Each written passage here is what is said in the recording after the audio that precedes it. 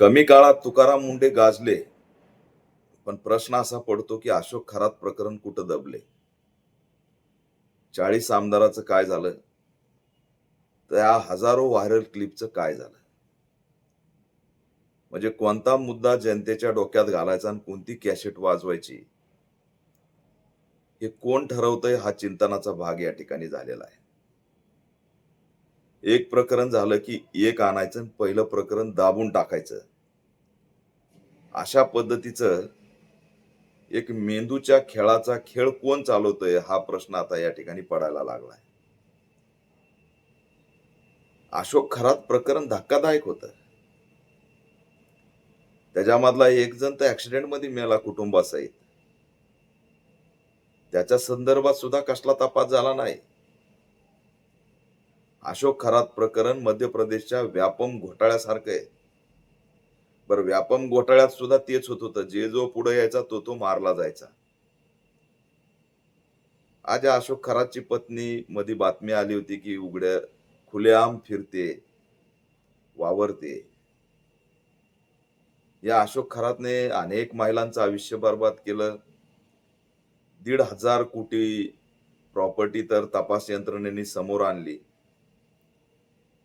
हे हा आकडा 10,000 कोटी, 15,000 कोटी, 20,000 कोटी असावा याच्यात शंका नाही. कोण महिला होत्या, किती जणांचं शोषण केलं, काय कोण कोण त्याच्यामध्ये अडकलं होतं महाराष्ट्रातलं. रुपालीताई चाकणकर यांचं पद घेतलं, पण ते पद घेतल्याच्या नंतर त्यांच्यावर होणारी जी कारवाई होती ती झालेली नाही. ती राजकीय त्यांचा असणारा तेवढाच मर्यादित सहभाग होता का, किंवा त्यांचं राजकीय पद घालवणं इथपर्यंतच अशोक खरातचं प्रकरण होतं का असं वाटायला लागलं. त्या अशोक खरात प्रकरणात जे 40 आमदार भेटले, बोटांना ज्यांनी पट्ट्या लावल्या, बोट कापून घेतले, कशा कशा निवडणुका लढल्या, निवडणुका जिंकण्यासाठी काय काय त्याला देऊन आले, तिथून हवाला चलत होता का, तिथून महाराष्ट्रात पैसे मतदारसंघात जात होते का, अशोक खरात हे पैसे ठेवायचं केंद्र होतं का, कोणताही तपास झाला नाही. कारण अशोक खरात सोबत येणारे फोटो हे एका पार्टीचे नव्हते.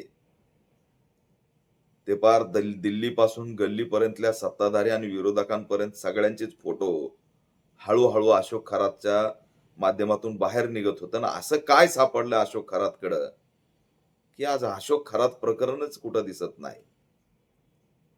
ना त्याचं असणारं लूटमारीचं केंद्र बुलडोजरनी पाडलं, ना त्याच्यासाठी कुणी आंदोलन केलं. अशोक खरात हे प्रकरण दडपलं आणि तुकाराम मुंडे प्रकरण मोठ्या प्रमाणात गाजलं. कंटिन्यू तुकाराम मुंडेंच्या बातम्या, कंटिन्यू तुकाराम मुंडेंच्या धाडी, कंटिन्यू तुकाराम मुंडेंच्या मुलाखती. म्हणजे लोकांनी काय विसरायचं आणि काय डोक्यात घालून घ्यायचं हे कोण ठरवणार आहे हा प्रश्न या ठिकाणी निर्माण झाला आहे. इपिस्टिन फाईल आलं, अमेरिकेतून काहीतरी ते व्हायरल झाल्यानंतर त्याच्यात भारतातल्या काही नेत्यांचा सहभाग होता. खुद्द देशाच्या प्रमुखाचा असणारा सहभाग त्याच्यामध्ये होता. ते प्रकरण संपलं, त्याच्यावरची चर्चा संपली, मीडिया ट्रायल संपली. इपिस्टिन फाईल मानणारी प्रत्येक वाल जनतेची आता ती दिसत नाही. लोक विसरून गेले. कारण आमच्या देशात नवे मुद्दे घडवायला कोणती यंत्रणा तयार आहे हे आजपर्यंत पुढे आलेलं नाही. अजित पवार प्रकरण आलं. अजित पवारांचा घातपात झालाय का अपघात झालाय या संदर्भात लोकांच्या मनात चर्चा झाल्या. लोकांना वाटलं ब्लॅक बॉक्स बाहेर येईल, ब्लॅक बॉक्स आल्यानंतर कळेल अजित पवारांनी काय काय आवाज दिला, कसं कसं शेवटच्या क्षणी अजित पवार ओरडले असतील, काय बोलले असतील. विमानतळावरचे शेवटचे सीसीटीव्ही आम्ही देत नाहीत असं तपास यंत्रणांनी सांगितलं. अजित पवार हे राजकीय नेते, घातपात सुद्धा राजकीय असेल, पण आरोप मात्र वेगळेच होत गेले. आणि ते प्रकरण सुद्धा हळू दडपून टाकलं. मग त्याच्यानंतर प्रकरण चर्चेत आणलं सुनित्राताई पवार यांना. कोणी कुठं हात लावला, कोणी कुठं ढकललं, ह्याच बातम्या. मग हळू ते प्रकरण सुद्धा गायब केलं. आज आम्ही तुकाराम मुंडेच्या कारकिर्दीवरती जाम खुश आहेत आणि तुकाराम मुंडेंच्या रोजच्या धाडी, मुलाखती, स्टेटमेंट याच्यामुळे आता आमच्या डोक्यात काही नाहीये. ही थेरी जरा समजून घ्या की महाराष्ट्रातल्या जनतेला कसं उल्लू बनवलं जातंय. शेतकऱ्यांच्या कर्जमाफीचा मुद्दा एक आंदोलन उभा केलं आणि त्या आंदोलनाच्या नंतर कसं काय घडत गेलं तो मुद्दाही आज चर्चेत नाही. काही टूल आणि काही मुद्दे यांच्या हातात असे लागलेत की ते बराबर त्या वेळेला ते वापरायला सुरुवात करतात. आज बघा ना तुम्ही झेंजीचं प्रकरण आलं, जंतर मंतरचं वादळ महाराष्ट्रात सुद्धा आलं. मग हे दाबण्यासाठी काय, तर मग हिंदू मुस्लिम दंगली लावता येतात का? मग नगरचं एक प्रकरण पुढे आणलं, त्या प्रकरणाला धरून 4 आमदारांनी डायरेक्ट मुस्लिमांना काट डालेंगे मार डालेंगे अशा असणाऱ्या धमक्या दिल्या. सुदैव की तिथल्या नगरच्या जनतेने संयम ठेवला आणि ती दंगल घडली नाही.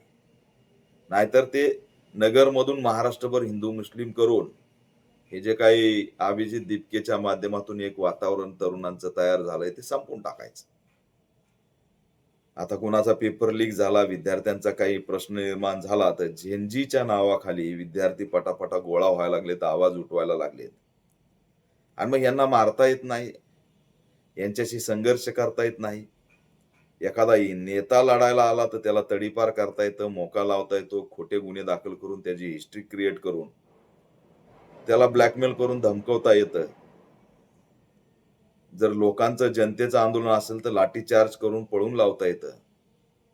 पण विद्यार्थ्यांना कसं मारावं, विद्यार्थ्यांचं आंदोलन कसं चिरडावं म्हणून त्याची भीती या सरकारला बसली. आणि मग ते वातावरण घालण्यासाठी त्यांनी त्यांचे टूल वापरायला सुरू केले. ओबीसी मराठा टूल असो किंवा हिंदू मुस्लिम असो की मातंग बौद्ध असो, या माध्यमातून त्यांचं असणारं धोरण सुरू आहे. पण मुंबईमधले डेव्हलपमेंटचे अनेक प्रोजेक्ट अडाणीला दिलेत. महाराष्ट्रामध्ये अनेक प्रोजेक्ट अंबानी अडाणीला दिलेत. एकीकडं दिशाभूल करणारे मुद्दे आणि दुसरीकडं अडाणी अंबानीचे प्रोजेक्ट. ही गुजरातला नरेंद्र मोदी मुख्यमंत्री असताना वापरलेली थेरी गणेश देवी यांनी एक लिहिलेल्या पुस्तकामध्ये मांडलेली आहे की शहरांमध्ये उंच उंच होर्डिंग दिसायचे, त्यात मोदी हसताना असायचे. हिंदू मुस्लिम दंगलीचं वातावरण असायचं. धार्मिक तणावाचं वातावरण सातत्याने गुजरातमध्ये असायचं. लोक त्याच्यात झुंजत राहायचे आणि काही काळ गेल्यानंतर कळायचं की आदिवासी कोळ्यांची समुद्र किनाऱ्याची मासेमारीची सगळी किनारपट्टी अडाणीला विकून टाकली.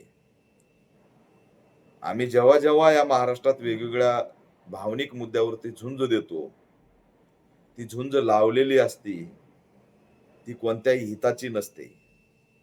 आणि ही झुंज ज्यावेळेस आम्ही खेळत असतो त्यावेळेस या महाराष्ट्रात सुद्धा मोदी स्टाईल सरकार चालवणाऱ्या इथल्या फडणवीसांनी काही ना काही अडाणीच्या घशात घातलेलं असतं का, असा प्रश्न सुद्धा आता निर्माण व्हायला लागलाय.